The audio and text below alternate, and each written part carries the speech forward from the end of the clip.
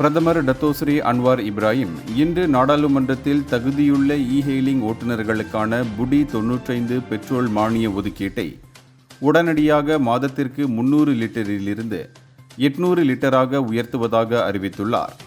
முந்தைய ஒதுக்கீடு போதுமானதாக இல்லை என்று ஓட்டுநர்கள் எழுப்பிய கவலைகளை தொடர்ந்து போக்குவரத்தை வாழ்வாதாரத்திற்காக நம்பியிருப்போருக்கு சிறந்த ஆதரவை அளிக்கும் நோக்கில் குறிப்பிட்ட பயண நிபந்தனைகளுடன் இந்த நடவடிக்கை எடுக்கப்பட்டுள்ளது.